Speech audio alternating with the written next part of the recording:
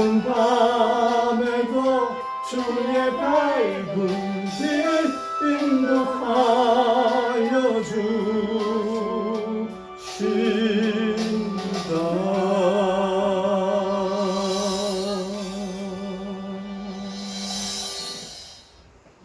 말씀이 하나님이신 것을 믿으시면 아멘 하시기 바랍니다. 아멘.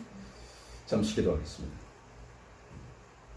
오늘도 말씀 들고 단 위에 세워주신 주님, 오직 말씀이신 하나님만 온전히 전하도록 원수마귀 사단 방에 제하여 주옵시고 듣는 모두에게 은혜 되게 하여 주시옵시며 전하는 이 종이 오직 도구 되게 하여 주시옵소서. 예수님 이름으로 기도드립니다. 아멘.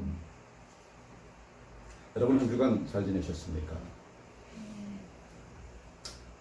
사랑하는 여러분, 말씀 안에서 하나님을 의지함으로 무슨 일을 만나든지 두려워하지 마시기를 축원합니다. 아멘. 각자 맡은 분야에서 믿음의 공동체 안에서 모두 쓰임받는 일꾼들 다 되시기를 축원합니다. 아멘. 오늘 저와 여러분이 은혜 받을 말씀의 제목은 두려워하지 말며입니다. 우리 삶에는 참으로 두려워할 일들이 많지요. 그때 두려워하지 말며라고 하는 하나님의 말씀을 기억하시고 힘내시기를 주 예수 그리스도의 이름으로 축원합니다. 아멘.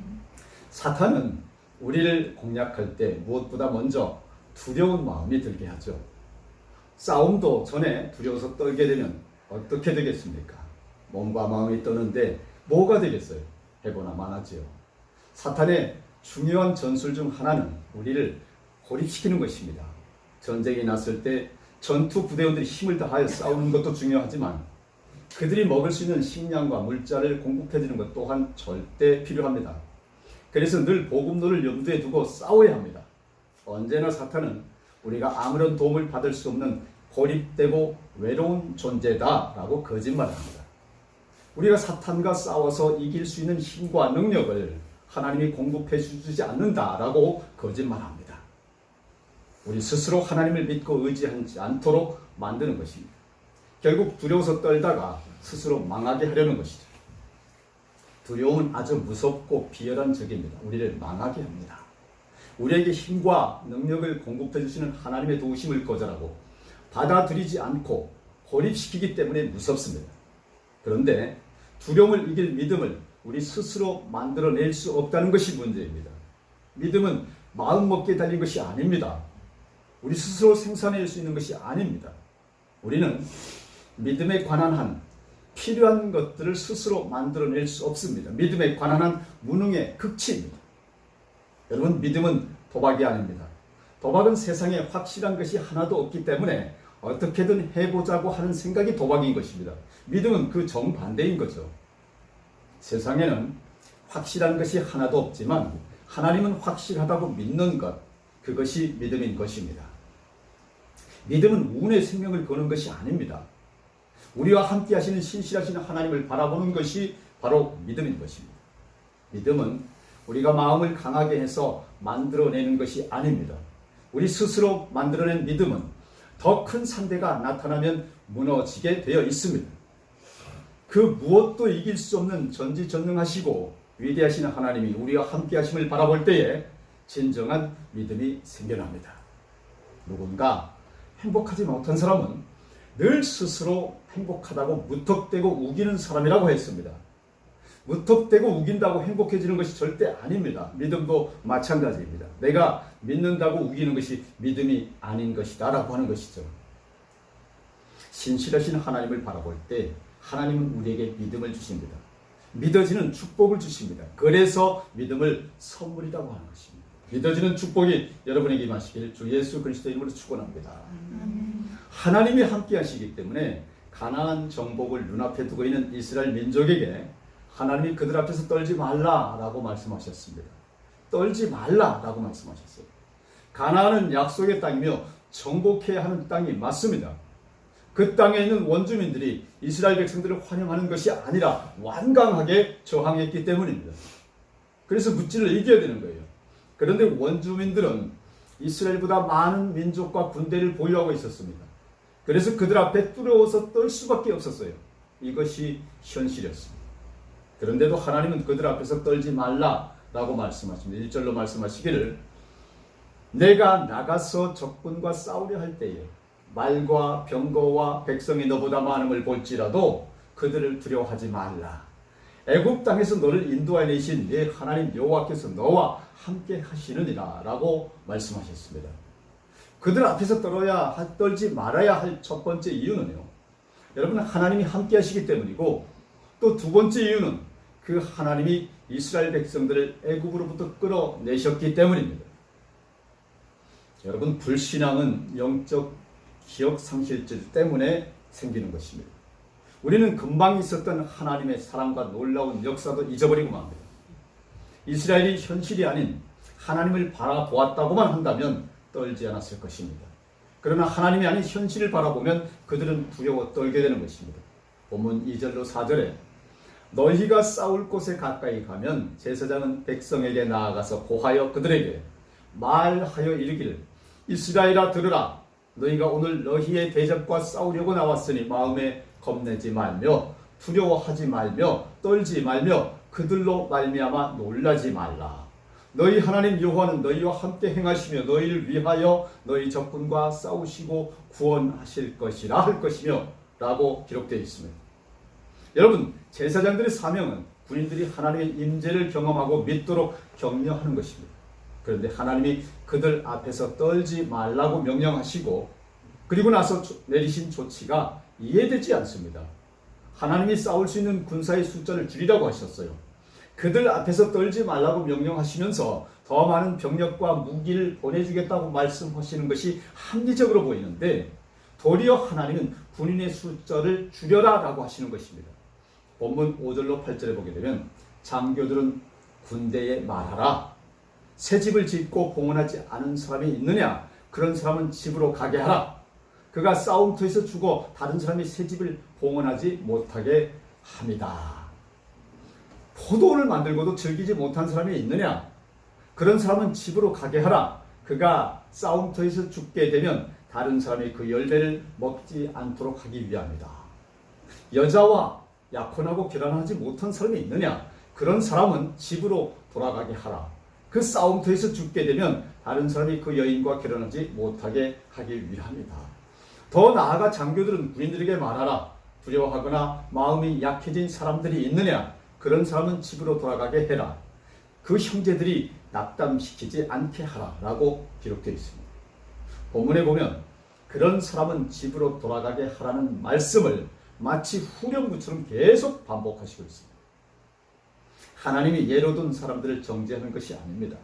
새 집을 짓고 포도원을 만들고 결혼을 앞두고 있는 사람들의 마음속에 기대가 있는 것이 잘못됐다고 말씀하시는 것이 아닙니다. 정죄하시는 것이 아닙니다. 그러면 하나님이 왜 이런 조치들을 행하셨을까요? 여러분, 그것은 하나님의 임재하심과 함께 하심을 방해할 수 있는 요소들을 아예 제거하시고자 하신 것입니다. 두려움은 전염됩니다. 소수의 두려워하는 들이 또 다른 사람을 두려움에 빠지게 합니다. 이러한 두려움이 하나님의 임재하심을 방해한다고 하는 것입니다. 그래서 두려움이 공동체에 들어오지 못하도록 미연에 제거하신 것입니다. 여러분, 하나님의 임재하심은 사람의 숫자에 달려있지 않습니다. 자원이 없는 것이 아니라 믿음이 없는 것입니다. 사람이 부족한 것이 아니라 믿음으로 헌신된 소수가 없는 것입니다. 시편 33편 16절로 왕은 많은 군대로 구원을 받지 못하며 용사는 큰 힘에 의하여 구출받지 못하는도다 라고 했습니다. 많은 군대가 있으면 왕이 더 힘이 있을 것 같지만 아닙니다. 이러한 대표적인 예들이 성경의 여러 구절들에 나와 있습니다. 사울의 아들 요나단이 블레셋에 쳐들어가서 대진하고 있을 때에 블레셋의 병력들이 해변의 모래알같과 같이 많다라고 했습니다. 사울 왕은 처음에 이스라엘 백성 3,000명을 이끌고 왔지만 백성들은 두려워서 도망을 갔습니다. 결국 600명밖에 남지 않았습니다. 상대가 되지 않는 전력이었어요. 모두가 두려워서 떨고 있을 때 사울의 아들 요나단이 이렇게 말합니다. 요나단이 자기 무기를 들고 있는 부하 청년에게 말했다고 했는데 사무엘상 14장 6절에 기록된 것을 보게 되면요, 이리 와서 저 할례받지 않은 사람들의 부대에게로 가자. 여호와께서 도우시면 우리가 승리할 수 있다. 여호와의 구원은 사람의 많고 적은 것에 달려있는 것이 아니기 때문이다 라고 말했습니다. 여러분, 하나님의 구원은 사람의 많고 적음에 달려있는 것이 아닙니다. 과연 이 놀라운 믿음의 고백이 여호와의 시대, 요나단의 시대에만 적용되었던 것일까요? 아닙니다. 하나님의 역사는 언제나 믿음으로 고백하는 사람들을 통해서 이루어졌다고 하는 사실을 믿으시기를 바랍니다. 하나님의 구원은 사람의 많고 적음에 달려있지 않습니다. 많은 수를 믿고 하나님의 크고 위대하신 능력을 의지하지 않으면 한순간에 무너지는 것입니다. 이와 반대로 우리의 힘과 능력이 연약해 보여도 하나님의 임재하심을 믿고 바라보게 된다면 그 싸움과 역사는 반드시 승리하게 되는 것입니다. 여러분, 요나단에게는 믿음이 있었습니다. 요나단의 이러한 영성과 믿음은 한순간에 주어진 것이 아닙니다. 하나님의 구원은 사람의 많고 적음에 달려있지 않다고 하는 고백을 가지고 블레셋 진영으로 뛰어들어갔습니다. 그 이후 놀라운 일들이 일어났습니다. 요나단이 보여준 믿음의 발걸음 이전에는 이스라엘 진영에 두려움이 가득했었는데요. 요나단과 병기던 자가 블레셋 진영으로 뛰어들어가고 나서는 상황이 달라졌습니다. 적진에 큰 두려움이 임했습니다. 그리고 놀라운 승리를 쟁취했습니다. 여러분, 똑같은 예가 사사시대에도 있었습니다. 사사시대 기드온이라고 하는 사람을 통해서 하나님이 내가 미디안 족속들을 너희에게 붙이려고 하는데 백성들이 너무 많다라고 말씀하셨습니다.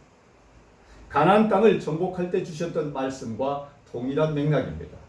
여호와께서 기드온에게 말씀하셨습니다. 내가 너와 함께 하고 있는 백성들의 손에 미디안 사람들을 넘겨주려고 하는데 백성이 너무 많다. 이스라엘이 내가 아닌 자기 스스로를 자랑하며 내 손이 나를 구원했다고 말하지 않게 하기 위함이다. 그러니 지금 너는 백성들의 귀에 선포하여라. 누구든 두려워 떠는 사람은 돌아가서 길르앗 산으로부터 떠나라. 그러자 백성 가운데 2만 2천 명이 돌아갔고요. 1만 명만 남게 됐습니다. 또다시 두려워 떠는 사람은 돌아가서 자유롭게 살아라 라고 했더니 3만 2천 명 중에서 2만 2천 명이 또 돌아갔습니다. 결국 3분의 2가 돌아간 것입니다. 3분의 1만 남았죠. 그 상태에서 기드온에게 다시 하나님은 말씀하십니다. 아직도 사람이 너무 많다. 그들을 물가로 데리고 가거라. 그러면 거기에서 너를 대신해서 내가 그들을 시험하겠다. 내가 이 사람은 너와 함께 갈 것이다 라고 내게 말하면 그들과 함께 너와 함께 갈 것이요. 내가 이 사람은 너와 함께 가지 않을 것이다 라고 내게 말하는 사람은 가지 않을 것이다 라고 했습니다. 그리고 물가로 데려가서 물을 입에 대고 핥아먹는 사람과 무릎 꿇고 먹는 사람들로 분류했습니다. 물을 핥아먹는 사람은 300명이고 나머지는 무릎을 꿇고 먹었습니다. 하나님은 결국 300명만 데리고 가라고 명령하셨습니다. 하나님이 사람들을 구분한 이유는 작은 쪽을 선택하기 위한 것이 아니었습니다. 3만 2천 명에서 300명만 남기시기 위해서였습니다. 3만 2천 명에서 300명만 남기시기 위한 하나님의 전략이었습니다. 인원이 너무 많으면 스스로의 힘으로 구원했다고 말할 수 있기 때문입니다. 스스로의 힘을 의지하는 것이 얼마나 어리석은지를 말씀하시는 것입니다. 여러분, 하나님이 우리 참사랑교회 주신 비전이 크고 웅장해서 고난도 많은 것을 감사하시기 바랍니다. 우리에게 주어진 사명을 감당하기에 우리는 힘이 너무도 없습니다. 그래서 오직 하나님을 의지할 수밖에 없습니다. 하나님의 소리 갓톡, 하나님의 밥상 갓푸드, 하나님의 치유 갓케어, 이 3대 사역, 주님이 맡기신 일이 얼마나 버겁고 힘들고 사탄의 공격이 많습니까? 그러니 우리는 하나님 외에는 의지할 때도 바라볼 때도 없는 것입니다. 많은 교회들은 성도들이 많이 모이면 헌금이 많아지면 그때부터 무엇인가를 할 수 있다라고 생각하기 쉽습니다. 넉넉해진 예산으로 뭔가를 할 수 있고 우리 힘으로 뭐든지 할 수 있다고 생각하는 순간 하나님은 일하시지 않습니다. 기드온의 300용사처럼 모든 성도들이 하나님을 의지하고 요나단과 병기든 자처럼 하나님이 주신 사명으로 적과 싸우겠다고 하는 믿음만 있다고 한다면 하나님은 우리를 들어주실 수 있는 것입니다. 저는 하나님이 우리 참사랑교회에 특별히 사람을 살리는 비전을 주신 것이 감사합니다. 이번 추석 연휴 기간에 양평 스리빌 온천 관광 호텔에서 빛의 사자들 예수치유 프로그램 예수치유단 5박 6일 금식 치유가 있었습니다. 예외 없이 기적을 허락해 주셨고 현대의학으로는 도저히 설명할 수 없는 기적으로 하나님 살아계신 것을 참여 숫자는 적었지만 이번에도 또 보여주셨습니다. 여러분, 전 세계적으로 엄청난 큰 교회들 다 놔두고 그런 기적들을 참사랑교회에 하나님이 허락하고 계신 것입니다. 그러므로 우리는 기드온의 300용사처럼 사명을 감당하여야 하고 성도의 숫자나 교회의 크기나 유명세에 연연하지 말고 하나님만 바라보아야 합니다. 하나님만이 진리요 알파요 오메가인 것을 믿으셔야 합니다. 대선지자 엘리야가 사르밧 과부에게서 도움을 받았지 않습니까? 얼마나 아이러니한 일입니까? 밀가루 한 줌과 기름 몇 방울밖에 남지 않은 사람에게서 도움을 받게 하신 거예요. 그 일로 엘리야가 그 여인을 축복합니다. 그리고 그것을 먼저 가져라고 했는데 너무 이기적인 행동 아닙니까? 정말 도와줘야 할 사람에게 오히려 그 먹을 것을, 남은 먹을 것을 다 가져오라고 하니 어처구니가 없죠. 그 상황에서 그 여인이 하나님의 공급하신만을 믿고 의지하도록 두려움을 제거하는 방법이 도대체 뭘까요? 여러분, 그것은 안전지대를 떠나는 것입니다. 역설적인 처방이죠. 하나님은 이스라엘 백성들이 두려움을 제거하시는 방법으로 군사 숫자를 줄이셨습니다. 아주 터무니없이. 사실 더 많은 사람이 있어야 두려움이 사라질 것 같은데 아닙니다.